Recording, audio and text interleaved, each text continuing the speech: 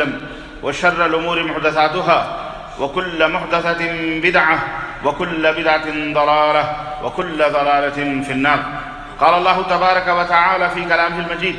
يا أيها الذين آمنوا اتقوا الله حق تقاته ولا تموتن إلا وأنتم مسلمون. يا أيها الناس اتقوا ربكم الذي خلقكم من نفس واحدة وخلق منها زوجها وبث منهما رجالا كثيرا ونساء واتقوا الله الذي تساءلون به والأرحام إن الله كان عليكم رقيبا. يا أيها الذين آمنوا اتقوا الله وقولوا قولا سديدا يصلح لكم أعمالكم ويغفر لكم ذنوبكم ومن يطع الله ورسوله فقد فاز فوزا عظيما. اللهم صل على محمد وعلى آل محمد كما صليت على إبراهيم وعلى آل إبراهيم إنك حميد مجيد. اللهم بارك على محمد وعلى آل محمد كما باركت على إبراهيم وعلى آل إبراهيم إنك حميد مجيد. تمام قسم کی حمد و ثنا، کبریائی اور بڑائی اس اللہ عز و جل کے لیے لائق و زیبا ہے جس نے ہمیں اور آپ کو پیدا فرمایا، اور بیش بہا درود و سلام اس ذات مبارکہ مطہرہ پر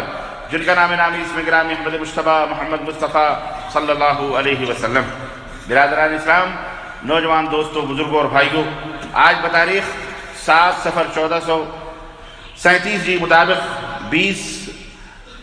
نومبر سن 2015 عیسوی کے اس خطبہ جمعہ میں میں اپنے پچھلے موضوع کی تکمیل کرنے کی سعادت حاصل کر رہا ہوں. میرا پچھلا جو موضوع تھا وہ آپ حضرات کو پتہ ہے، واقعات کربلا کی حقیقت یا کربلا کی کہانی اہل بیت کی زبانی. انشاءاللہ تبارک تعالیٰ تاریخی حوالے سے میں نے کچھ حقیقتیں آپ حضرات کی خدمت میں رکھی تھیں، اور سلسلہ وار نبی کریم صلی اللہ علیہ وسلم کی وفات کے بعد خلیفۃ الرسول، اول خلیفہ، سب سے پہلے خلیفہ سیدنا ابوبکر صدیق، اس کے بعد سیدنا عمر فاروق اعظم، اس کے بعد سیدنا عثمان غنی، اس کے بعد سیدنا علی ابن ابی طالب، اس کے بعد سیدنا حسن ابن علی، اور اس کے بعد سیدنا امیر معاویہ رضوان اللہ تعالی علیہم اجمعین. میں نے ان سب کی تاریخ مدت خلافت بھی آپ حضرات کی خدمت میں رکھی تھی، اور میں نے بتایا تھا کہ اس کے بعد حضرت امیر معاویہ رضی اللہ تعالیٰ عنہ نے 20 برس تک بلا شرکت غیر حکمرانی کی، اور پھر اپنی حیات میں، اپنی زندگی ہی میں اپنا ولی عہد، اپنا جانشین، اپنے صاحبزادے، اپنے بیٹے یزید ابن معاویہ رحمہ اللہ کو انہوں نے تمام مسلمانوں کے مشوروں سے منتخب کیا.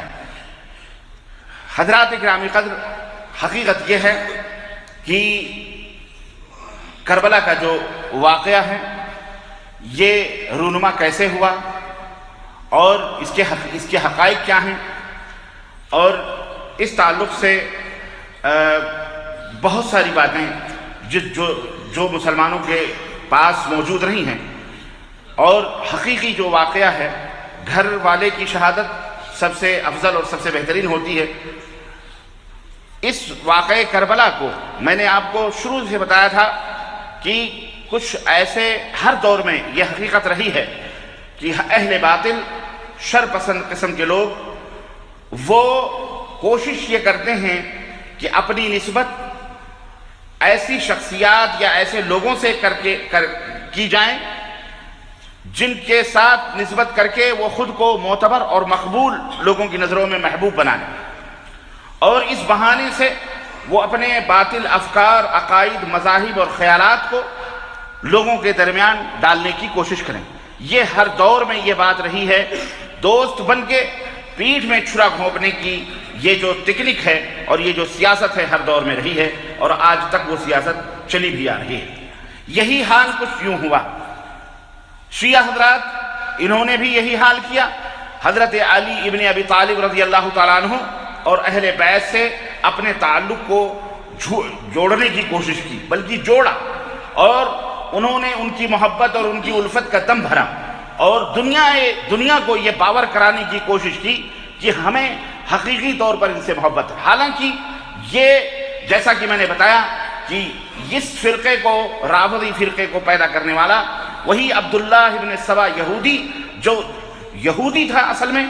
لیکن اس کی بھی سازش اور اس کی بھی تکنیک دیکھیے کہ وہ بھی مدینہ آیا، حضرت عثمان غنی کے ہاتھوں پر کلمہ پڑھا، اور کلمہ پڑھ کے اپنی نسبت گویا کہ داماد رسول حضرت سیدنا عثمان غنی رضی اللہ تعالیٰ عنہ کی طرف کر کے صحابہ کی شاگردی اختیار کر کے، اور اس طرح سے اس نے اپنے سموم، اپنے زہر اور اس کے جو باطل خیالات، اور باطل تو خیالات یہودی ہی ہیں، انہوں نے اپنی دشمنی اس طرح سے ادا کری کہ دوست بن کر کے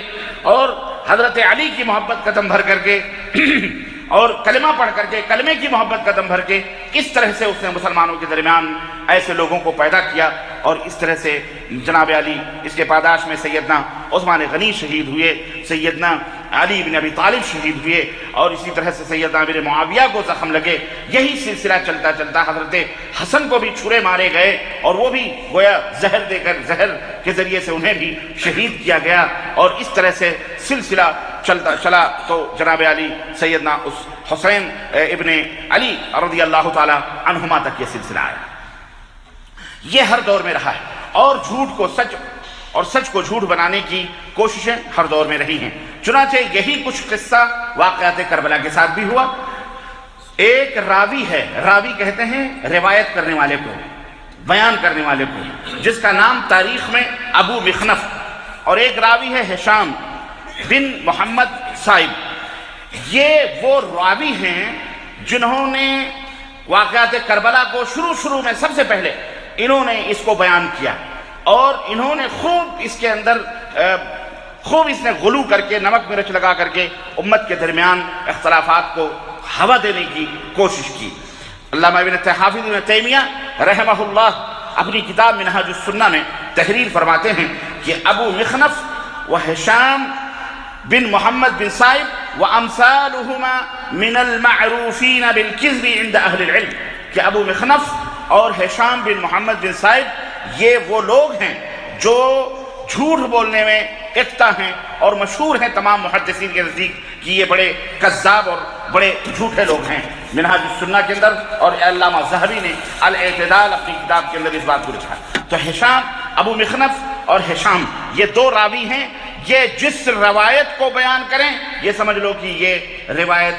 گڑھی ہوئی، جھوٹی موضوع ہے۔ انہوں نے واقعات کربلا کے موضوع پر کتابیں لکھی، اور اس کے اندر خوب رتب و یابس اور خوب اپنی طرف سے اپنا بغض نکالنے کی کوشش کی۔ چنانچہ میں آپ کو ایک دو مثالیں آپ کو دیتا ہوں۔ ابو مخنف جو راوی ہے، اس کی اپنی ایک کتاب ہے جس کا نام ہے مقتل حسین رضی اللہ تعالیٰ عنہ۔ اس میں ایسی عجیب و غریب باتیں یہ اور روایات بیان کرتا ہے جنہیں عقل بھی تسلیم نہیں کرتی ہے، چہ جائے کہ یہ روایتاً یہ بات صحیح ہو۔ چنانچہ وہ لکھتا ہے کہ جب حضرت حسین رضی اللہ تعالیٰ عنہ کو شہید کر دیا گیا تو ان کا گھوڑا ہنہنانے لگا، اور میدان کربلا میں وہ دوڑنے لگا، اور مقتولین کی لاشوں کے پاس سے گزرتا، اور پھر حضرت حسین کی لاش کو تلاش کرتا تھا، دیکھ رہا تھا کہ حضرت حسین کی لاش کہاں۔ چنانچہ تلاش کرتے کرتے وہ حضرت حسین رضی اللہ تعالیٰ عنہ کی لاش کے پاس آ کر کے ٹھہر گیا، اور اس نے اپنی پیشانی گھوڑے نے حضرت حسین کے لہو میں ڈبو دی، اور وہ اگلے پاؤں سے زمین پر پٹکنے لگا، اور اس قدر زور سے ہنہنانے لگا کہ اس کی ہنہناہٹ سے پورا میدان کربلا گونج اٹھا۔ ابن سعد کی نظر حضرت حسین کے گھوڑے پر جب پڑی تو اس نے اپنے دوستوں سے کہا، فوج سے کہا کہ اللہ کی مار ہو تم پر، اس گھوڑے کو فوری طور پر میرے پاس لاؤ، یہ تو رسول اللہ صلی اللہ علیہ وسلم کا گھوڑا ہے، اور ان کے نبی صلی اللہ علیہ وسلم کے عمدہ گھوڑوں میں سے ایک گھوڑا ہے۔ لشکریوں نے اس کا تعاقب کیا، لیکن وہ گھوڑا بھاگا، اور جب دیکھا کہ لوگ اس کے پکڑنا چاہتے ہیں تو وہ زمین پر پاؤں پٹکنے لگا اور اپنی مدافعت کرنے لگا، حتیٰ کہ اس نے بہت سے آدمیوں کو ہلاک کیا، کئی شہ سواروں کو گھوڑے سے گرا دیا، مگر لشکری اسے گرفتار نہ کر سکے، اس گھوڑے کے اوپر قابو نہ پا سکے۔ یہ کتاب ہے ابو مخنف کی، جس کا نام ہے مقتل حسین ابن علی رضی اللہ تعالی عنہ۔ اس کے صفحہ نمبر 94 میں یہ بات یہ لکھتا ہے۔ آپ دیکھیے، گھوڑا اگر اتنی ہی بڑا وہ ہوتا تو جناب علی وہ لاشوں کو کیا ضرورت تھی اس کو ڈھونڈنے کی، حضرت حسین کی لاشی کے پاس پہنچ جاتا، اور یعنی اس طرح سے یہ، اور پھر پورا میدان کربلا اس کی ہنہناہٹ سے یہ ہو گیا۔ اب اس کو جب باطل پرست لوگ، یہ بیچارے بھولے بھالے کیا کہیں، یہ سیانے لوگ ہیں، ان کو تیار کیا گیا ہے مسلمانوں کو برباد کرنے کے لیے، مسلمانوں کو ختم کرنے کے لیے، جیسے آج کل آپ دیکھ رہے ہو جو حالات پیدا ہو رہے ہیں مسلمانوں، آج بھی وہی حال ہے۔ یہ داعش اور یہ نصرہ اور یہ تمام سب جو تنظیمیں تحریکیں آج دنیا کے اندر بم بلاسٹ کر رہی ہیں، یہ کون لوگ ہیں؟ ان کے نام مسلمانوں جیسے ہیں، لیکن ان کو تیار کرنے والے یہی اسرائیلی ہیں، یہی یہودی، یہی امریکی اور یہی جو ہے دشمنان اسلام ہیں۔ آج اگر سیریا کے اوپر بم بلاسٹ ہو رہا ہے، فرانس اپنا بدلہ لینے کی کوشش کر رہا ہے، کس کو مار رہا ہے؟ کون سے داعش مارے جا رہے ہیں؟ بے گناہ سنی مسلمانوں کے گھروں کو بسوار کیا جا رہا ہے، سنی گھروں کے مسلمانوں کے اوپر بم بلاسٹ ہو رہا، بمباریاں ہو رہی ہیں۔ جناب عالی، یہ کس نے یہ بیج بوئی؟ یہ دراصل یہ ایک سازش ہے، یہ ایرانی سازش ہے، یہ مکمل یہودیت کے ساتھ ملی ہوئی امریکہ نے داعش کو تیار کیا۔ جس طرح سے افغانستان کے اندر امریکہ نے اپنے فوجیوں کو اتارے، اس کی اپنی سیاستیں اور افغانستان کو برباد کیا، اور آج تک وہ برباد ہو رہا ہے، اور اسی طرح سے اس کے پڑوسی ملکوں کو برباد کیا جا رہا ہے دہشت گردانہ طریقے سے، اور مسلمانوں کو چین کی نیند نہیں سونے دی جا رہی ہے۔ یہ ساری سازشیں، یہ ان میں ملوث ہیں یہی ایرانی ایجنٹ اور یہی شیعہ، یہی رافضی، یہ مکمل طور پر یہ نصیری، یہ خبیث جو بس جس کا بشار جس کا نام ہے، یہ کون ہے؟ یہ نصیری شیعہ ہے، خبیث یہ شیعہ ہے، یہ رشیوں کے ساتھ مل کر کے، امریکہ کے ساتھ مل کے آج بھی۔ یہ کہنے کا مطلب یہ کہ کوئی یہ اسی زمانے سے شروع سے ہی یا آج تک یہی دہشت گردی اور یہی آتنکوادیت اور یہی ٹیررزم کو فروغ دے رہے ہیں، اور نام ہو رہا ہے کہ جناب علی سعودی عرب کر رہا ہے، مسلمان کر رہے ہیں، سنی لوگ ہیں جو شیعوں کو مار رہے ہیں۔ عراق کو چھین کر کے ایران کے حوالے کیا، کس نے کیا؟ سنیوں نے کیا،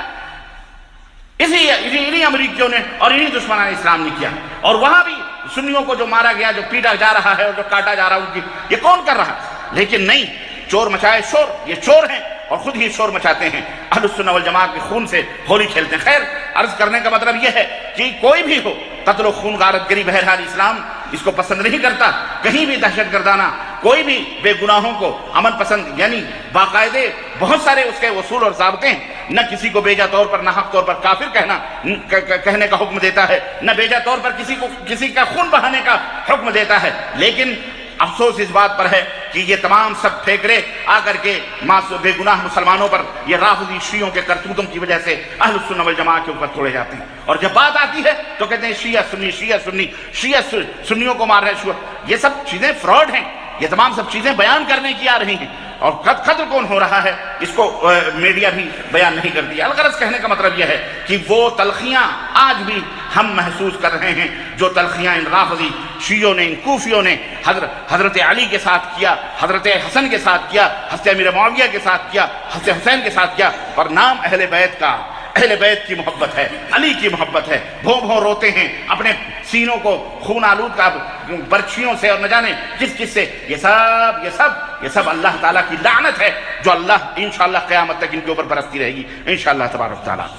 میرے عزیزوں، میرے دوستوں اور بھائیوں، اس لیے میں یہ واقعات کی حقیقت آپ کے ذہنوں میں بٹھانا چاہتا ہوں کہ افسوس تو اس بات کا بھی ہے کہ ہمارے اپنے آپ بھی کچھ سنی کہنے والے سن کر کے ادھر ادھر کی جھوٹی روایتیں، قبر پرست مجاوری کرنے والے، درگاہ پوجنے والے، یہ بھی ان کے ساتھ مل کر کے، اور جناب علی ان کی ہاں میں ہاں، شیعوں کی ہاں میں ہاں، یہ بھی انہی کی پیداوار، لگتا ہے کہ یہ انہی کی پیداوار، کہتے ہیں کہ ہم ان کے خلاف ہیں، لیکن بات وہی کرتے ہیں، عقیدے وہی رکھتے ہیں، یہی مولا علی یہ بھی پکارتے ہیں، یا علی مشکل کشا یہی پکارتے ہیں، یا حسین المدد یہی پکارتے ہیں، سب کچھ وہی کرتے ہیں، لیکن نام انہوں نے چینج کیا ہوا۔ تو ہر دور میں یہ بات رہی ہے کہ باطل پرست اور باطل فرقے اور جو ہے قرآن و سنت کے خلاف دشمنان اسلام کی ہمیشہ یہ جد و جہد کوشش رہی ہے کہ انہوں نے ایسی شخصیات کو پکڑا ہوا ہے اور پکڑ کر کے اپنی نسبت اس کی طرف کی ہوئی ہے، اور اس سے محبت قدم بھر کر کے امت محمدیہ کو بیوقوف بنانے کی کوشش کی جا رہی ہے۔ دیکھو ہم بھی مسلمان ہیں، ہم بھی، حالانکہ یہ مسلمان نہیں ہیں۔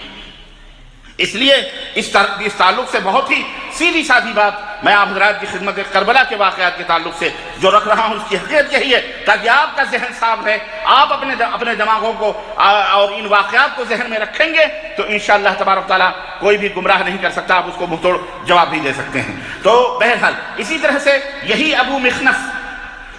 شیعہ غالی قسم کا شیعہ، جناب علی اپنی کتاب مقتل حسین میں ایک دوسری جگہ لکھتا ہے کہ جب حضرت حسین کی شہادت ہوئی اور نواسہ رسول کی لاش کربلا کے اندر گری،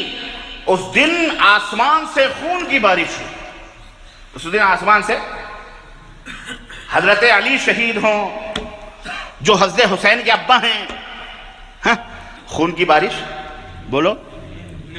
نہ ہو، حضرت حسن شہید ہوں جو حضرت حسین کے بڑے بھائی ہیں، خون کی بارش۔ اجی اور تو اور ہے سردار کائنات، تمام نبیوں سے افضل، آدم سے لے کر کے حضرت عیسیٰ تک اور پھر حضرت عیسیٰ قیامت تک آنے والی تمام انسانوں اور جناتوں میں ثقلین کے تاجدار ہمارے اور آپ کے نبی حضرت محمد الرسول اللہ صلی اللہ علیہ وسلم کی وفات ہو، آسمان سے خون تو کیا پانی کی بھی بارش نہ ہو، آسمان سے آنسو بھی نہ ٹپکے۔ دیکھیں غلو، دیکھیں آپ ایک شخصیت، اور میں آپ کو بتاؤں، آپ سب جانتے ہوں گے اس حقیقت کو، یہ وہ فرقے ہیں جنہوں نے اللہ کی قسم بتلا رہا ہوں، اللہ کی قسم بتلا رہا ہوں کہ انہوں نے رسول اللہ سے بھی زیادہ بلند مقام ان کو عطا کیا، ان کے عقیدے ہیں، اللہ جیسے صفات ان کے اندر تسلیم کرتے ہیں۔ لی خمسۃ اطفی بہا حر الوبا والحاتمہ المصطفیٰ والمرتضیٰ وابناہما والفاطمہ، پاک پنجتن پاک کے عقیدے سے کہتے ہیں ہمارے پاس 5 خنجر پاک ہے، جب بھی ہمارے اوپر مصیبتیں آتی ہیں ہم ان کو پکار لیتے ہیں اور اس طرح سے ساری مصیبتیں ہماری دور ہو جاتی ہیں۔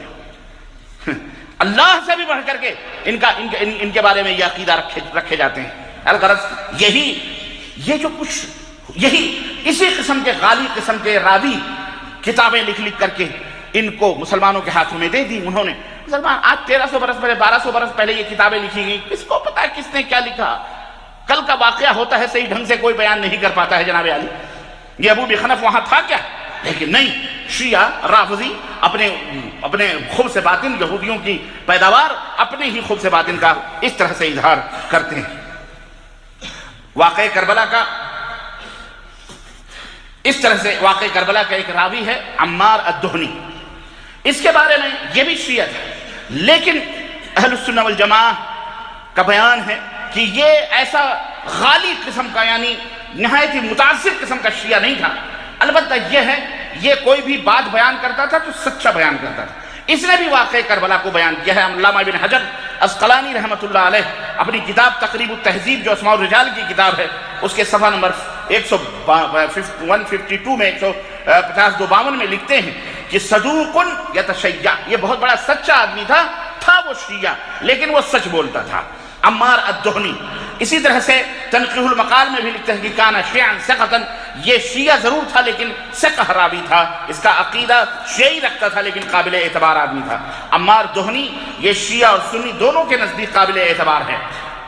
شیعہ بھی اسے قابل اعتبار مانتے ہیں اور اہل السنہ بھی اسے قابل اعتبار مانتے ہیں۔ تاریخ تبری، تہذیب التہذیب، الاصابہ فی تمییز الصحابہ، یہ اہل السنہ والجماعہ کی کتابیں، علامہ ابن حجر کی، علامہ ذہبی کی، طبری کی، اور یہ کتابوں کے اندر یہ تمام سب باتیں موجود ہیں۔ چنانچہ آئیے اس کی زبانی کربلا کا واقعہ سنتے ہیں جو دونوں کے ہاں معتبر ہے، وہ بھی معتبر، شیعہ بھی مانتا ہے، بھی مانتا ہے۔ اب سنیے اس کی روایتوں کو یہ لوگ کس طرح چھپاتے ہیں، ہم انہی کی کتاب سے اس بات کو نوٹ کرتے ہیں۔ عمار دہنی یہ روایت کرتا ہے، اس نے کہا کہ محمد بن علی بن حسین، یہ کون ہے محمد بن علی بن حسین؟ حضرت حسین کے پوتے ہیں، جن کو ابو جعفر بھی کہا جاتا ہے، جن کو باقر بھی کہا جاتا ہے، ابو جعفر باقر لقب ہے، ٹھیک ہے؟ تو یہ ان کے پوتے ہیں۔ امام محمد باقر رحمہ اللہ سے عرض کیا، یعنی ان کا نام محمد باقر ہے نا، لیکن محمد باقر ہے اور اصل میں یہ محمد بن علی بن حسین، حضرت حسین کے بیٹے کا نام علی، اور یہ علی کون ہے معلوم ہے آپ کو؟ علی یہی زین العابدین ہیں، حضرت زین العابدین رحمہ اللہ، جو جنہیں بیمار کربلا کہا جاتا ہے، یہی ایک باقی تھے، باقی سب میدان کربلا میں شہید کر دیے گئے۔ ان کا نام علی بن حسین اور علی کے بیٹے محمد۔ تو چونکہ وہ بیمار کربلا تھے،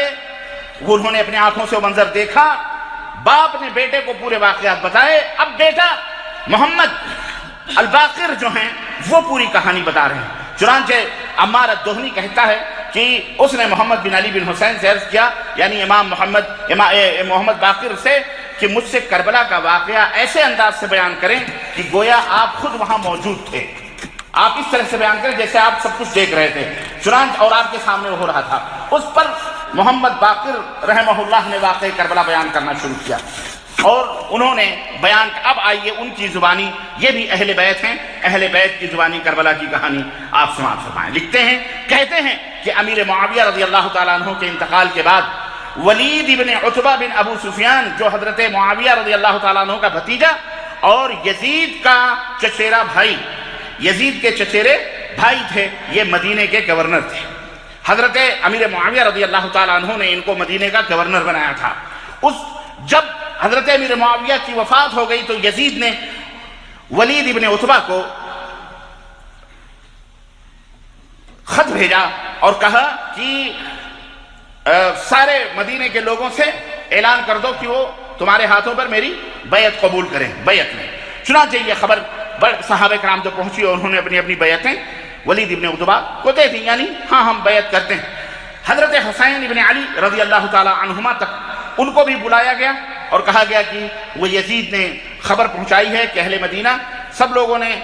بیعت کر لی ہے، اہل مدینہ بھی بیعت اپنی کریں۔ تو حضرت حسین رضی اللہ تعالیٰ عنہ نے کہا کہ مجھے سوچنے کا موقع دیا جائے، مہلت دی جائے اور نرمی اختیار کی جائے۔ چنانچہ حضرت حسین رضی اللہ تعالیٰ عنہ کو مہلت ملی اور ان کو کہا گیا ٹھیک ہے، آپ سوچ سمجھ کر کے پھر بیعت کیجئے گا۔ ان کو مہلت دے دی گئی اور اسی رات حضرت حسین رضی اللہ تعالیٰ عنہ مدینہ سے نکل کر مکہ المکرمہ چلے آئے۔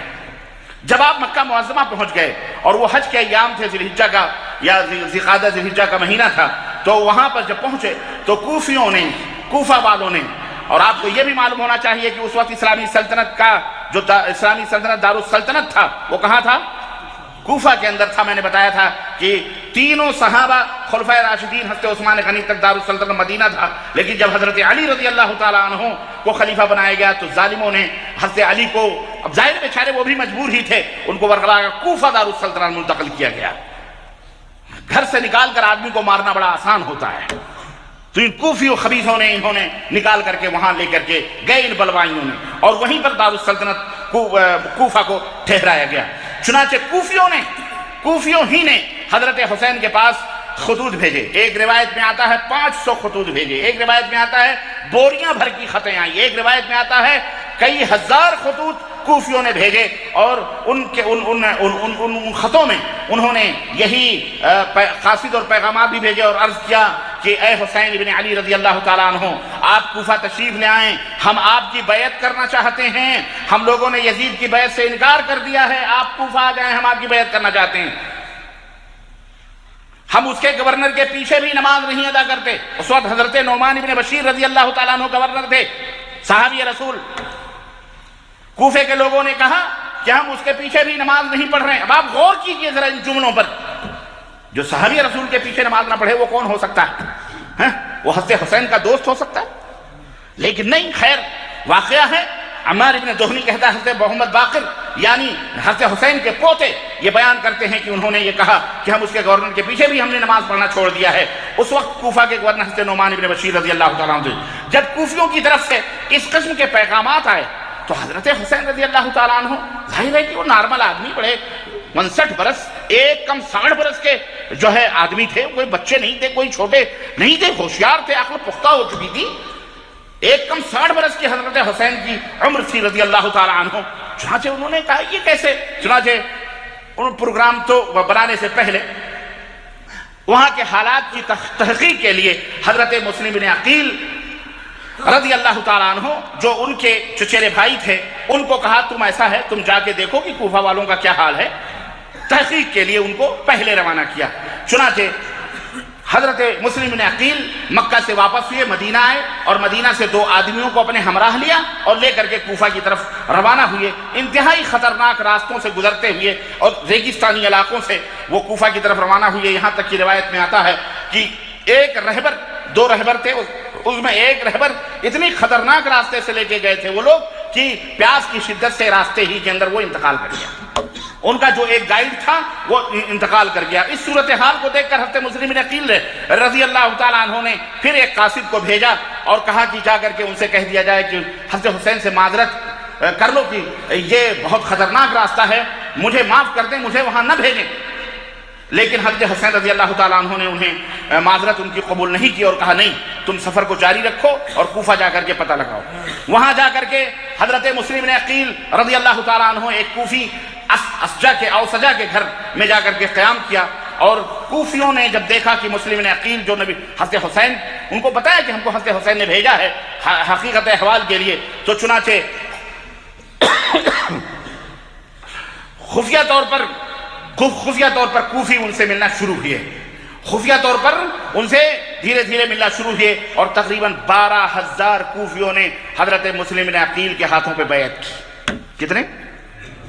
اور ایک روایت میں آتا ہے تقریباً 40,000 کی تعداد تھی بعد میں دھیرے دھیرے۔ چنانچہ اس وقت 12,000 کوفیوں نے حضرت حسین رضی اللہ تعالیٰ عنہ کے ہاتھ پر کے لیے بیعت کی حضرت مسلم بن عقیل کے ہاتھوں پر، اور جب دیکھا حضرت مسلم عقیل نے کہ اتنی بڑی جم غفیر ہمارے ساتھ بیعت کر رہی ہے، تو قاصدوں کو بھیجا مکہ اور خط دے کر کے بھیجا کہ میرے چچیرے بھائی، اس وقت کوفہ کے لوگ تیار ہیں، واقعی جو خطوط گئے ہیں وہ صحیح ہیں، آپ فوری طور پر آ جائیں اور ان کی بیعت قبول فرمائیں۔ ادھر قاصد گیا ادھر مدینہ مکہ ان کا پیغام لے کر کے، اور ادھر امام مسلم جو ہے کوفہ کے جو گورنر حضرت نعمان بن بشیر رضی اللہ تعالیٰ عنہ نے جب دیکھا یہ حال چال، خاموش رہے وہ سیدھے سادے آدمی، لیکن ایک یزید بن معاویہ کے چاہنے والوں میں سے ایک شخص جس کا نام عبداللہ بن مسلم حضرمی تھا، اس نے حضرت نعمان بن بشیر سے کہا کہ شہر کے حالات خراب ہو رہے ہیں، لوگ یزید کی بیعت کے بجائے مسلم بن عقیل کے ہاتھوں بیعت کر رہے ہیں اور آپ خاموش بیٹھے، آپ کچھ نہ کچھ کیجئے۔ لیکن ان کی خاموشی بدستور قائم رہی۔ اس عبداللہ بن مسلم نے ایک قاصد کو بھیج کر کے ملک شام حضرت یزید رحمہ اللہ تک یہ خبر پہنچائی کہ یہاں شہر کے حالات بڑے گڑبڑ چل رہے ہیں اور یہاں نعمان بن بشیر رضی اللہ تعالیٰ عنہ بالکل خاموش ہیں۔ اس کے بعد یزید نے اپنے ایک آزاد کردہ غلام کو بلایا جس کا نام سرحون تھا، اس سے مشورہ کیا۔ اس نے کہا اگر آپ کے والد زندہ ہوتے اور میں کوئی مشورہ دیتا تو وہ ضرور قبول کرتے تھے، تو کیا آپ کو اگر کوئی مشورہ میں دوں تو آپ قبول کریں گے؟ اور یزید نے کہا بے شک قبول کریں گے۔ سرحون نے جو آزاد کردہ غلام تھا اس نے کہا آپ ایسا کرو، عبید اللہ بن زیاد جسے آپ نے بصرہ کا گورنر بنایا ہے وہاں سے ہٹا کر کوفہ کا گورنر بنا دو، معاملات صحیح ہو جائیں گے۔ یزید نے کہا میں تو یہ سوچ رہا تھا کہ اس کو بصرہ کے گورنر سے بھی ہٹا دیں، لیکن خیر آپ مشورہ دے رہے ہیں تو کوئی بات نہیں۔ چنانچہ ان کو حکم بھیجا کہ تم فوری طور پر بصرہ سے نکل کر کے اور تم کوفہ کی گورنری قبول کرو۔ یہ عبید اللہ ابن زیاد وہاں سے صرف روایتوں کے اندر 6 یا 8 یا 12 اس طرح کے الفاظ آتے ہیں، صرف 6 یا 8 آدمیوں کو اپنے ساتھ لیا اور راتوں رات کوفہ رات کو پہنچا، اور جناب علی کوفہ کے لوگ اپنے اپنے گھروں کے دروازوں پر جیسے لوگ بیٹھتے ہیں، شام کا وقت تھا، اس نے ڈانٹا باندھا، عبید اللہ ابن زیاد نے ڈانٹا یوں ہوتا ہے یوں باندھتے ہیں، ڈانٹا منہ باندھ کر کے، اور ان کے جو بیٹھے ہوئے لوگ تھے ان کی طرف سے گلیوں میں گزرتے رہے۔ ان لوگوں نے سوچا کہ حضرت حسین رضی اللہ تعالیٰ عنہ تشریف لے آئیں، چنانچہ جس مجلس سے گزرتا اس مجلس سے یہی صدا آتی سلام علیک یا ابن علی حسین رضی اللہ تعالیٰ، حسین سلام علیک یا حسین، سلام علیک یا حسین۔ اس طرح سے وہ سمجھ گیا کہ حالات یہاں گڑبڑ چل رہے ہیں۔ اس نے کہا ٹھیک ہے، چنانچہ رات کے وقت وہ وہاں اپنے قصر میں اپنی عمارت گورنری ہاؤس وہاں پہنچا، اور صبح جب ہوئی تو ابن زیاد نے کوفہ کے جو سردار تھے ان کو بلایا اور اپنے ایک غلام کو 3000 درہم دیا اور کہا کہ جا کے پتہ لگاؤ کہ یہ مسلم بن عقیل کہاں چھپے ہوئے ہیں، کہاں بیعتیں ہو رہی ہیں، کون بیعت لے رہا ہے، پتہ لگاؤ، لیکن اپنے آپ کو ظاہر یہ نہ کرنا کہ میں کون ہوں،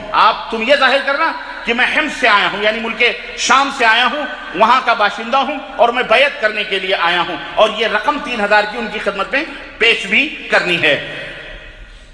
جو آپ کے مشن کے لیے خرچے کے لیے میں دینا چاہتا ہوں۔ غلام اس بہانے کو لے کر کے کوفہ کے اندر ڈھونڈتا رہا، چنانچہ ایک آدمی اسے ملا، اس نے کہا ہاں تم نے تو بہت، اور وہ رقم پیش کی اور بیعت کا ارادہ ظاہر کیا، تو اس آدمی نے خوش ہو کر کہا کہ تمہیں ہدایت کا راستہ بھی نصیب ہو گیا ہے، لیکن افسوس کہ ابھی تک ہمارا کام مکمل نہیں ہوا ہے، ہمیں جو کرنا ہے، لیکن آؤ ہم جو ہے تمہیں وہاں تک پہنچاتے ہیں، مسلم بن عقیل تک۔ چنانچہ وہ آدمی غلام کو لے کر کے مسلم بن عقیل تک پہنچا۔ مسلم بن عقیل رضی اللہ تعالیٰ عنہ کی خدمت میں اس نے وہ 3000 درہم پیش کیے، بیعت کی، اور وہاں سے جب واپس آیا تو سیدھا ابن زیاد کے گورنر ہاؤس میں جا کے کہا فلاں فلاں جگہ مسلم بن عقیل بیٹھے ہوئے ہیں اور وہاں بیعت چل رہی۔ اس نے اسی دوران جب ابن زیاد کو پتہ چل گیا کہ مسلم بن عقیل فلاں جگہ ہیں، تو اس نے فوری طور پر پولیس کو بھیجا، لیکن اسے یہ رپورٹ بھی ملی کہ اب اس وقت وہ جس کے گھر کے اندر مسلم عقیل تھے، مسلم عقیل جس کے گھر میں تھے اوسجا کے گھر میں، وہاں سے منتقل ہو کر عروہ بن ہانی بن عروہ کے گھر آ گئے۔ وہاں سے اس جگہ کو چھوڑ کر ہانی بن عروہ کے گھر وہ منتقل ہو گئے۔ چنانچہ ابن زیاد کو پتہ چلا تو مسلم بن عقیل اس کو پتہ چلا کہ ہانی بن عروہ کے گھر میں موجود ہیں۔ اس نے سرداران کوفہ سے کہا کیا بات ہے کہ آپ سب کو میں دیکھ رہا ہوں لیکن ہانی بن عروہ نظر نہیں آ رہے ہیں، بڑی شخصیت تھی کوفہ کی، ہانی بن عروہ نظر نہیں آ رہے ہیں۔ چنانچہ محمد بن اشعث چند ساتھیوں کو لے کر کے ہانی کے دروازے پر آئے۔ ہانی بن عروہ اپنے گھر کے دروازے پر کھڑے ہوئے تھے۔ انہوں نے کہا کہ گورنر نے آپ کو مدعو کیا ہے، آپ کو بلایا ہے، لہذا آپ گورنر کے پاس چلیے۔ چنانچہ اس آدمی کے زور پر ہانی بن عروہ مجبوراً وہاں پہنچے۔ جب وہاں پہنچے تو کوفہ کے چیف جسٹس حضرت قاضی شریح رحمہ اللہ ان کی عبید اللہ ابن زیاد کے پاس بیٹھے ہوئے تھے۔ ان سے مخاطب ہو کر کہا، ان سے عبید اللہ ابن زیاد نے جب دیکھا کہ ہانی بن عروہ آ گئے ہیں تو چیف جسٹس قاضی شریح کو دیکھ کر کے ابن زیاد نے کہا اس احمق کو دیکھو، اس کی قضا ہمارے پاس ہے، اس کی موت ہمارے پاس لے کر کے آئی ہے۔ ہانی نے سلام کیا۔ ابن زیاد نے کہا یہ بتاؤ مسلم بن عقیل کہاں ہیں؟ مسلم بن عقیل کہاں ہیں؟ ہانی بن عروہ نے کہا مجھے علم نہیں ہے۔ اس پر عبید اللہ ابن زیاد نے 3000 والے درہم کو ان کے سامنے کھڑا کر دیا۔ جو 3000 درہم دے کے آیا تھا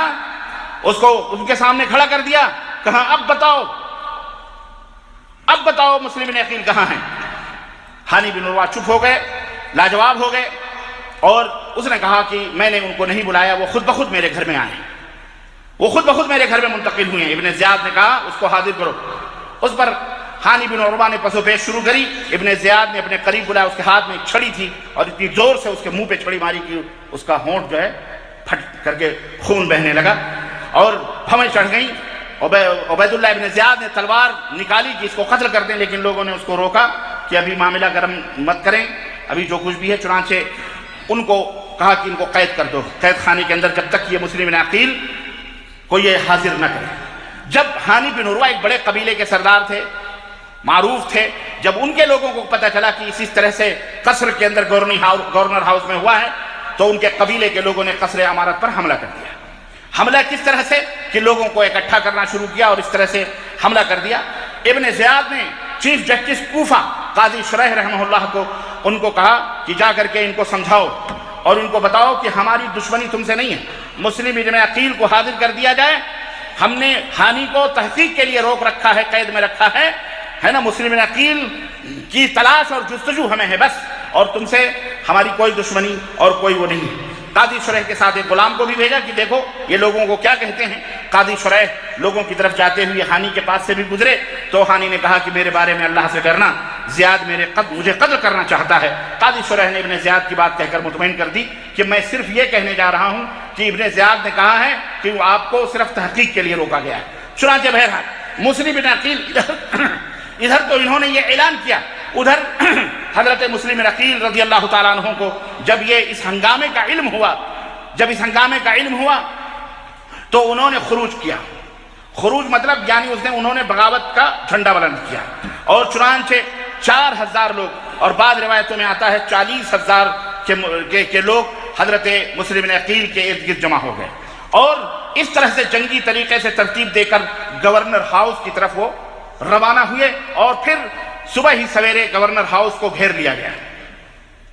ابن زیاد کو اطلاع ہوئی تو اس نے سرداران قریش سے کہا کہ جا کر کے ان کو بتاؤ، ان کو سمجھاؤ اور ان کو کہو اگر جسے اپنے بچوں کو یتیم کرنا ہے، جن عورتوں کو رانڈ ہونا ہے یعنی بیوہ ہونا ہے، جنہیں اپنے بال بچوں سے محبت نہیں ہے،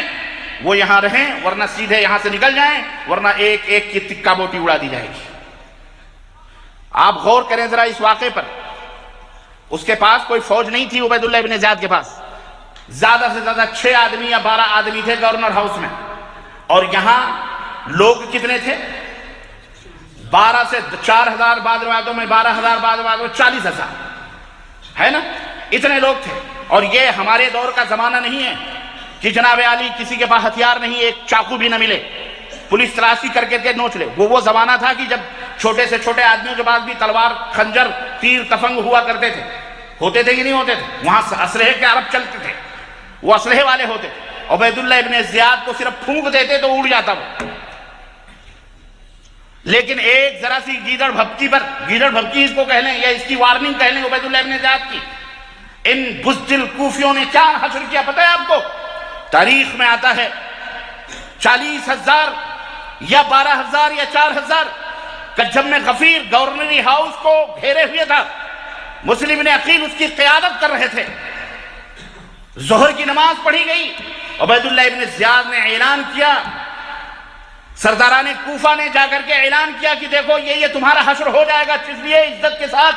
چلے جاؤ اپنے اپنے گھروں کو۔ عصر تک روایتوں کے اندر آتا ہے، عصر تک 40 کے بجائے 4000 لوگ رہے، اور پھر مغرب تک مسلم عقیل کے پیچھے 3 صفیں تھیں نماز پڑھنے والوں کی۔ اور جب عشاء کا ٹائم ہوا تو اس وقت جب سلام پھیرا مسلم عقیل نے تو سارے کوفی انہیں تنے تنہا چھوڑ کر کے بھاگ، کوئی ان کے پیچھے مدد کے لیے کھڑا ہوا نہیں تھا۔ یہ وہ کوفی ہیں لا یوفی۔ حضرت مسلم عقیل مسافر تنے تنہا کہاں جائیں؟ بھاگے وہاں سے۔ جب بھاگے، روایتوں کے اندر آتا ہے کہ جس طرف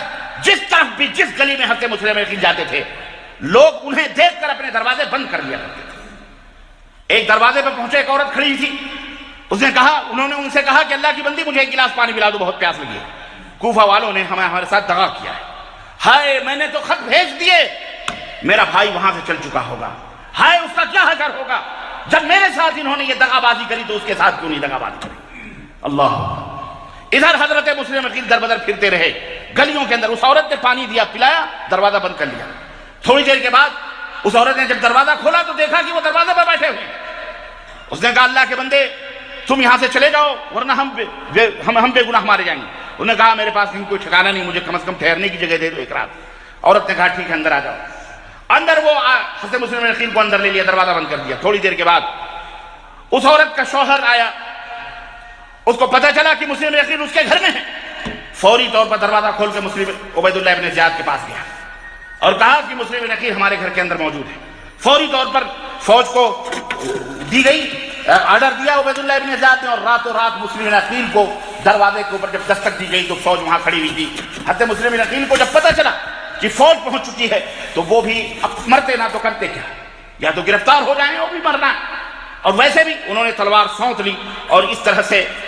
باہر نکلے کہ ہم یا تو کٹیں گے یا مریں گے۔ لیکن اس نوجوان نے کہا کہ ہم آپ کی حفاظت کی ذمہ داری لیتے ہیں، آپ یہ سب کا کام نہ کریں اور سیدھے ابن زیاد کے پاس چلیں، بات ختم ہو جائے گی۔ چنانچہ وہ اس کے کہنے پر ابن زیاد کے پاس پہنچ گئے، اور وہاں جب پہنچے تو ابن زیاد کے پاس لے گئے۔ چنانچہ ابن زیاد نے حکم دیا کہ مسلم عقیل کو اس گورنری ہاؤس کے چھت کے اوپر لے جا کر کے قتل کر دیا جائے۔ چنانچہ وہاں بے گناہ اس مسلم عقیل کے چچیرے بھائی جو حسین کے تھے، اس گورنری ہاؤس کے چھت کے اوپر ان کو قتل کر دیا گیا۔ انا للہ و انا الیہ راجعون۔ اور ان کی لاش کو بازار کے اندر پھینکوا دیا گیا، کہا پھینک دو بازار کے اندر تاکہ لوگ عبرت حاصل کریں۔ اور ہانی بن عروہ جو تھے ان کو سر عام کوڑا کرکٹ کی جہاں جگہیں پھینکی جاتی تھیں وہاں پھانسی پہ ان کو لٹکا دیا گیا۔ اس طرح سے کوفہ کے اندر ابن زیاد نے کیا۔ ادھر تو یہ معاملہ ہوا، اب یہ خبر کون حضرت حسین تک پہنچا ہے؟ ادھر حضرت حسین رضی اللہ تعالیٰ عنہ کے پاس جب وہ خط پہنچا جس کے اندر لکھا تھا کہ آپ آ جائیے اور آپ آ جائیں اور یہاں لوگ بیعت کے لیے تیار ہیں، حضرت حسین رضی اللہ تعالیٰ عنہ مکے سے نکلے۔ 8 ذی الحجہ کی تاریخ جب لوگ حج کرنے کے لیے منا جاتے ہیں، 8 ذی الحجہ کو حضرت حسین رضی اللہ تعالیٰ عنہ اپنے بچے اور مسلم بن عقیل کے ساتھیوں کو لے کر کے، ان کے گھر والوں کو لے کر کے اور کوفہ کی طرف روانہ ہو رہے ہیں، جس کے اندر تقریباً روایتوں کے اندر آتا 50 پاپیادہ تھے، 50 جو ہے گھڑ سوار تھے یا اونٹ سوار تھے، اور تقریباً 100 کے قریب پاپیادہ یعنی پیدل چل رہے تھے، یعنی 150 آدمیوں کا قافلہ مکہ سے روانہ ہونے کے لیے تیار ہوا۔ حضرت عبداللہ ابن عباس آئے، حضرت حسین کی بات پکڑی اور کہا کہ میرے بھائی اللہ کے لیے سفر مت کرو، اللہ کے لیے سفر مت کرو، ہمیں خون کی بو محسوس ہو رہی ہے، تمہیں جس طرح تمہارے باپ کو کوفیوں نے شہید کیا ایسے ہی تم کو بھی شہید کر دیں گے، مت جاؤ۔ حضرت عبداللہ ابن عمر نے منع کیا، سبوں نے روکا، لیکن حضرت حسین نے کہا نہیں، مجھے بلایا گیا ہے تو میں جاؤں گا۔ چنانچہ بہرحال حضرت قصہ مختصر یہ کہ حضرت حسین رضی اللہ تعالیٰ عنہ کوفہ کے لیے روانہ ہوئے، اور آپ قادسیہ کے 3 میل کے فاصلے پر جب پہنچے تو حر ابن یزید تیمی حضرت حسین رضی اللہ تعالیٰ عنہ کے قافلے کے ساتھ ملا، اور اس نے کہا کہ آپ واپس چلے جائیں، آپ واپس چلے جائیں، آپ کو میں وہ خبر دینے والا ہوں جس خبر کی توقع آپ کو نہیں ہوگی، آپ سن نہیں سکتے۔ حضرت حسین رضی اللہ تعالیٰ عنہ نے کہا کیا بات ہے؟ کہا کوفیوں نے بے وفائی کی، کوفیوں نے بے وفائی کی، مسلم بن عقیل کو شہید کر دیا گیا، قتل کر دیا گیا، اور قتل کا پورا واقعہ، پوری تفصیلات حر ابن یزید تیمی نے حضرت حسین رضی اللہ تعالیٰ عنہ کو بتائی۔ یہ سارا قصہ سنا جب حضرت حسین رضی اللہ تعالیٰ عنہ نے، تو حضرت حسین نے کہا ٹھیک ہے اب ہم یہیں سے پھر مکہ کی طرف واپس ہوتے ہیں۔ یہ نقطہ دماغ میں رکھنا، یہ نقطہ دماغ میں رکھنا۔ حضرت حسین رضی اللہ تعالیٰ عنہ نے وہیں سے بولو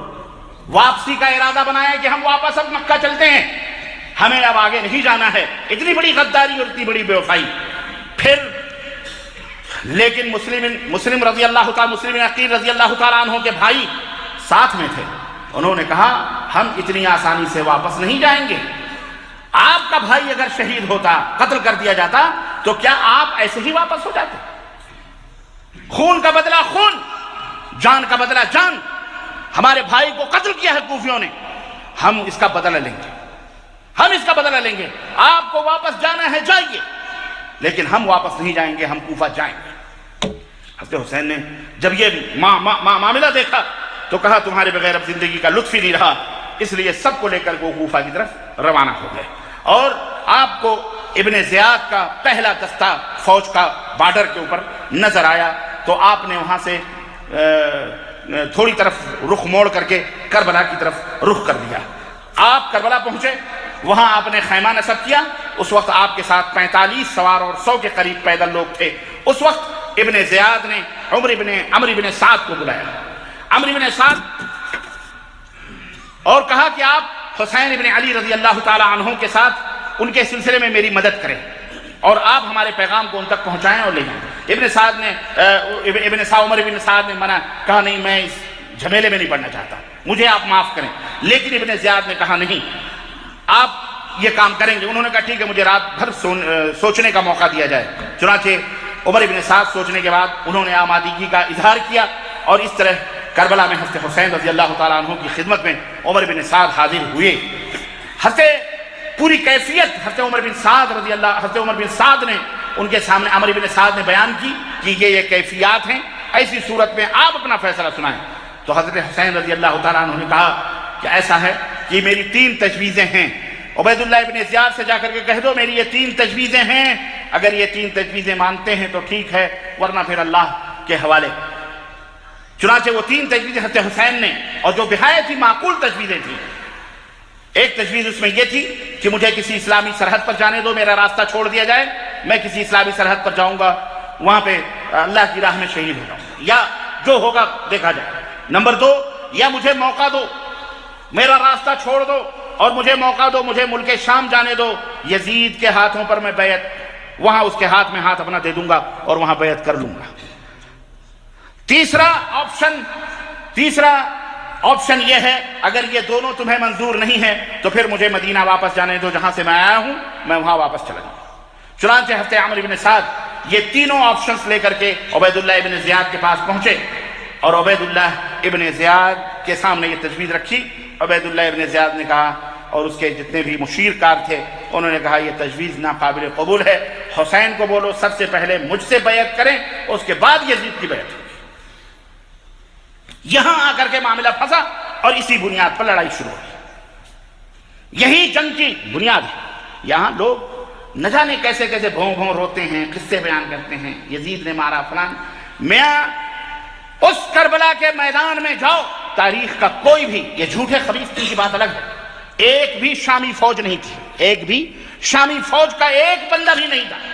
سارے کے سارے کوفی تھے۔ سارے کے سارے کون تھے؟ کوفی تھے، جنہوں نے حضرت مسلم بن عقیل کو شہید کروایا، اور جو اس فوج کے اندر بھی موجود تھے۔ حضرت حسین رضی اللہ تعالیٰ عنہ نے کہا ایسا نہیں ہو سکتا،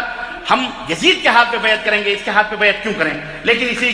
اسی کے اوپر تکرار اور اسی کے اوپر لڑائی شروع ہوئی، اور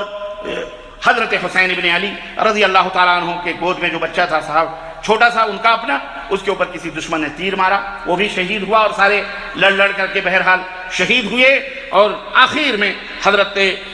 حسین رضی اللہ تعالیٰ عنہ تلوار لے کر کے باہر نکلے، اور اس طرح سے انہیں بھی میدان کربلا میں شہید کر دیا گیا مظلومانہ طریقے سے رضی اللہ تعالیٰ عنہ۔ انا للہ و انا الیہ راجعون۔ اور جس شخص نے حضرت حسین رضی اللہ تعالیٰ عنہ جس شخص کے ہاتھوں شہید ہوئے وہ بھی کون تھا؟ یہی ہانی ابن عروہ کے قبیلے کا آدمی، قبیلے مزہج کا آدمی تھا، جس نے حضرت حسین ابن علی رضی اللہ تعالیٰ عنہ کا قتل کیا، اور جس نے قصر عمارت پر چڑھائی کروائی تھی۔ چنانچہ یہی وہ شخص تھا جو آپ کے سر کو تن سے جدا کر کے ابن زیاد کے پاس لے گیا، اور پھر وہاں سے وہ سر مبارک یزید ابن معاویہ روایتوں کے اندر آتا ہے وہ پہنچا دیا گیا۔ ادھر عمر ابن سعد بھی حضرت حسین رضی اللہ تعالیٰ عنہ کے پورے خاندان کو، جو عورتیں بچے جو باقی بچے تھے ان کو لے کر ابن زیاد کے پاس پہنچے۔ ان کا صرف ایک لڑکا علی ابن حسین، یعنی جن کو زین العابدین کہا جاتا ہے، رضی اللہ تعالیٰ عنہ، وہی بچے تھے جو اس روایت کے راوی، یہ جو روایت آپ نے سنی ہے ابو جعفر باقر کے والد تھے، یعنی حضرت حسین کے بیٹے اور حضرت باقر کے یہ باپ تھے۔ یہ پوری روایت الاصابہ فی تمیز صحابہ علامہ ابن حجر اسقلانی رحمۃ اللہ علیہ کی کتاب کے اندر موجود ہے۔ تاریخ طبری کے اندر اتنا اور زیادہ ہے کہ سنان ابن انس اشجعی نے حضرت حسین کی گردن کو جسم سے جدا کیا اور حضرت حسین کو شہید کیا، اور خولی الاصبحی نے جو کوفی تھا اس نے سر کو کاٹا۔ یہ بھی تاریخ طبری کے اندر موجود ہے، اور وہ شعر پڑھنے لگا، کہنے لگا اوقر رکابی فضة وذهبا قد قتلت الملك المحجب قتلت خیر الناس اما وابا قتلت خیر الناس اما وابا وخیرهم اذ ينتسبون نسبا۔ کہ اے لوگوں میرے اونٹ کو سونے اور چاندی سے بھر دو، میں نے ایسے بادشاہ کو قتل کیا ہے جس تک رسائی بہت مشکل ہے، میں نے ایسے انسان کو مارا ہے جس کے ماں اور باپ سب سے افضل ہیں اور نسب کے اعتبار سے سب سے بہتر ہیں۔ جس کمینے نے حضرت حسین کو شہید کیا تھا اس کا یہ شعر تھا، وہ شعر کہتے ہوئے فخر کر رہا تھا۔ الغرض میرے عزیزو، کوفہ مکمل طریقے سے جس طرح مدینہ بلوائیوں کا اڈا بن چکا تھا، کوفہ بھی بھائی، اور یہ سارے یہودی سازشیں ابن سبائی گروپ، سبائی ابن سبا کی تیار کردہ یہ لوگ تھے جو چاروں طرف سے وائرس کی طرح پھیلے ہوئے تھے۔ جس طرح آج اس دنیا کے اندر چلا رہے ہیں لوگ کہ جناب کوئی القاعدہ چلا رہا ہے، کوئی داعش چلا رہا ہے، کوئی نصر چلا رہا ہے، کہ اس طرح سے اس کے وائرس وہ دیکھو پاکستان میں پہنچے ہوئے، وہ دیکھو ہندوستان میں، وہ دیکھو برطانیہ میں، وہ دیکھو امریکہ کے اندر، سارے اس کے وائرس پھیلے ہوئے ہیں۔ یہ سبائی گروپوں کے وائرس اسی وقت سے پورے ملت اسلامیہ کو اندرونی طور پر کھوکھلا کر رہے تھے، اور آج تک یہ کھوکھلا کر رہے ہیں، اور یہی وہ کڑیاں ہیں جو آج تک ہم لوگ اس تلخی کو محسوس کر رہے ہیں اور اس کو کر رہے ہیں۔ اس میں کوئی شک نہیں، حضرت حسین رضی اللہ تعالیٰ عنہ مظلومانہ طور پر شہید ہوئے، ہم سب کو اس کا افسوس ہے، اور ہم ان کے لیے دعا کرتے ہیں کہ اللہ تعالیٰ انہیں شہادت کا اعلیٰ مقام عطا فرمائے۔ وہ سیدہ شباب اہل الجنہ ہیں، اہل جنت کے جوانوں کے وہ سردار ہیں، ان کی والدہ سیدۃ النساء ہیں، تمام عورتوں کی سردار ہیں، ان کا مقام اللہ کے نبی صلی اللہ علیہ وسلم انہیں سونگھا کرتے تھے اور کہتے جنت کے یہ پھول ہیں۔ ان کی عزت، ان کا احترام، ان کی تقریب ہمارے ذہنوں میں ہمارا عقیدہ اور ہمارا منہج ہے یہ کہ ہم تمام اہل بیت اور تمام صحابہ کرام سے بے محبت محبت کریں اسی طرح سے جس طرح ہم رسول اللہ صلی اللہ علیہ وسلم سے محبت کرتے ہیں. ہم ان کی عزت و تکریم کرتے ہیں, لیکن ان کی عزت و تکریم میں اتنا غلو نہیں کرتے کہ دوسرے کی توہین کریں, دوسرے کو کافر کہیں, دوسرے کو شرابی اور کاذب اور نہ جانے کیا کیا بنائیں, اور امت کے درمیان تفرقہ پیدا کرنا ہمارا عقیدہ تمام اہل بیت اطہار اور تمام صحابہ کرام رضوان اللہ علیہم اجمعین سارے کے سارے اللہ کے بندے ہیں. غلطی, خطا اور ثواب دونوں کے متحمل ہیں. وہ نبی نہیں, وہ رسول نہیں, ان سے بھی خطا ہو سکتی ہے, غلطی ہو سکتی ہے اجتہادی طور پر. تو ہم انہیں معصوم نہیں سمجھتے, ہم انہیں امام معصوم نہیں سمجھتے کہ نعوذ باللہ استغفر اللہ وہ سب سے بلند نہیں, بلکہ بہرحال وہ بھی انسان ہیں, ان سے بھی چوک ہو سکتی ہے, خطا ہو سکتی ہے, لیکن بہرحال وہ صحابہ ہیں. ہمارا عقیدہ ہے کہ صحابہ جیسا کہ کلہم عدول, تمام صحابہ جو ہے یہ عدل و انصاف کے اوپر قائم ہیں. حضرت حسین بھی عدل و انصاف پہ قائم تھے, انہیں شہید نہیں کرنا تھا. عبید اللہ ابن زیاد کی زیادتی یا عبید اللہ ابن زیاد کے فوجیوں میں جو سبائی موجود تھے, جو چمن رسالت کے ایک ایک پھولوں کو نوچ رہے تھے اور نوچ کر کے ختم کر دینا چاہ رہے تھے, نبی کریم صلی اللہ علیہ وسلم کے خاندان نبوت کو مٹا دینا چاہ رہے تھے. حضرت علی کو شہید کیا گیا, حضرت عثمان کو شہید کیا گیا, حضرت حسن کو شہید کیا گیا, اور اسی طرح سے دوسرے لوگوں کو یہ لوگ شہید کر رہے تھے. بلوائی یہی سبائی تھے جنہوں نے سوچا کہ نام و نشان مٹا دیا جائے محمد الرسول اللہ صلی اللہ علیہ وسلم کا, اور پھر نام و نشان خود ہی مٹا کر مسلمانوں کے اوپر تھوپ دیا گیا. یہی لوگ تھے جو قتل کرنے والے ہیں, خود چھپ گئے اور ان کو تھوپ دیا گیا. اب فوج ہے, لشکر ہے, اتنے لوگ بیٹھے ہو, نہ جانے اس میں کون ہمارا دوست ہے کون ہمارا دشمن ہے. کوئی کھڑا ہو کر کے شوٹ کر دے تو آپ کیا کر سکتے ہو؟ کہیں گے کہ بلدیہ کی مسجد والوں نے شوٹ کیا ہے. نہیں, وہ دشمنان اسلام ہر دور کے اندر موجود رہیں اور ہر دور کے اندر کچھ بھی کر سکتے ہیں. تو میرے عزیزو, وہی دشمنان اس فوج کے اندر موجود تھے جنہوں نے یہ تمام سب حرکتیں کی. چنانچہ پھر حضرت حسین رضی اللہ تعالیٰ عنہ کے افراد خانہ جو تھے ان کا قافلہ یزید کے پاس پہنچا. درباریوں نے فتح کی مبارکباد دی. یزید ابن معاویہ رونے لگے, کہنے لگے اللہ میں حسین کے خون سے بری ہوں, میں نے ابن زیاد کو قتل کرنے کا حکم نہیں دیا ہے, ابن زیاد نے یہ ذاتی کری ہے, ابن زیاد نے قتل کروایا ہے. بہرحال ایک شخص دربار میں سے کھڑا ہوا, اس نے کہا یہ لڑکی میرے حوالے کر دیجئے, میرا نکاح اس سے کر دیجئے. یزید تو فوراً زینب بنت علی کھڑی ہوئی اور انہوں نے کہا قسم ہے اللہ کی یہ کبھی نہیں ہو سکتا, یہاں تک کہ یزید دین الہی سے پھر جائے. یعنی یزید یہ کبھی اس بات کی اجازت نہیں دیں گے کہ اس بندے سے اس بچی کی شادی کر دی جائے. بہرحال جب دوبارہ اس شخص نے کہا تو یزید نے اس کو بڑی تیزی سے ڈانٹا اور کہا خاموش, اور اس طرح سے کہا ان سب کو محل کے اندر پہنچا دیا جائے. محل کے اندر سے بھی رونے کی آوازیں, گریہ کی آوازیں آنے لگیں. بہرحال نہایت ہی تحفے اور تحائف اور ہدایہ دے کر کے پھر حضرت یزید رحمہ اللہ نے لوگوں کے کلیجے پھٹ رہے ہیں. جب میں یہ کہوں گا یزید رحمہ اللہ کلیجے پھٹیں گے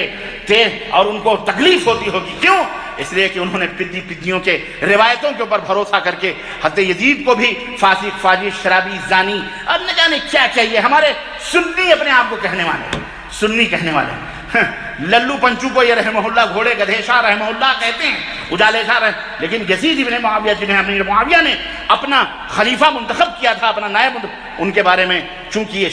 یہ ابن سبا کی پوری سازشوں کے اندر ملوث ہیں, گھرے ہوئے ہیں, ان کو تمیز نہیں ہے قربات جی, اس لیے اس طرح کی باتیں کرتے ہیں. بہرحال یزید نے سب کو تیار کر کے مدینہ روانہ کیا اور پھر اس طرح سے یہ پورا قافلہ مدینہ الرسول صلی اللہ علیہ وسلم جو ہے لٹا پٹا قافلہ وہاں پہنچا. حضرت علامہ ابن حجر رحمۃ اللہ علیہ الاصابہ فی تمیز الصحابہ میں تحریر فرماتے ہیں قد صنف جماعت من القدماء فی مقتل الحسین تصانیف فیہا الغث والسمین الغز والصحیح والسقیم فی هذه القصہ التي سقطها عنی, کہ متقدمین پچھلے لوگوں نے شہادت حسین کے موضوع پر بہت ساری کتابیں لکھی ہیں, لیکن وہ ساری رتب و یابس اور مکر و فریب و جھوٹ سے بھری ہوئی ہیں. لیکن یہ روایت جو میں نے آپ حضرات کی خدمت میں رکھی ہے یہ ان تمام تصانیف سے بے نیاز کر دیتی ہے. یعنی یہ سچی اور پکی روایت ہے. یہ ہے کربلا کی حقیقت جو محمد الباقر یعنی محمد بن علی بن حسین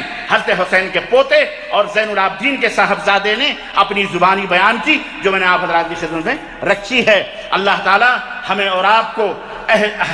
حق بات کے سمجھنے اور اس کے مطابق اپنی زندگی گزارنے کی توفیق عطا فرمائے. اور اللہ تعالیٰ سے دعا کریں اللہ تعالیٰ ہم سب کے دلوں میں تمام صحابہ, تمام اہل بیت, تمام خاندان نبوت سے اللہ تعالیٰ ہمارے سینوں کو محبتوں سے روشن رکھے، معمور فرمائے، اور تمام لوگوں سے الفت اور محبت اور عقیدت کرنے کی توفیق عطا فرمائے، اور اللہ ہم سب کو ان کے نقش قدم پر چلنے والا بنائے۔ اور اے اللہ جو بھولے بھالے لوگ ہیں، جو اس طرح سے گمراہیت اور سبائی گروپوں کے اور ابن سبا کے شکار ہیں، اللہ تعالیٰ اس کی فکر کے اور اس کے منہج کے اللہ انہیں ہدایت عطا فرمائے، انہیں ہدایت عطا فرمائے، ان کی زبانوں کے اوپر قدغن لگائے جو صحابہ کی گستاخیاں کرتے ہیں، جو صحابہ کا یا اہل بیت کی گستاخیاں کرتے ہیں، اللہ تعالیٰ ان کی زبانوں پہ قدغن لگائے، اور اللہ تبارک و تعالیٰ انہیں بھی ہدایت عطا فرمائے، آمین یا رب العالمین۔ بارک اللہ لنا ولکم فی القرآن العظیم ونفعنی وإیاکم بالآیات والذکر الحکیم، انہ تعالی جواد کریم ملک بر رؤوف رحیم۔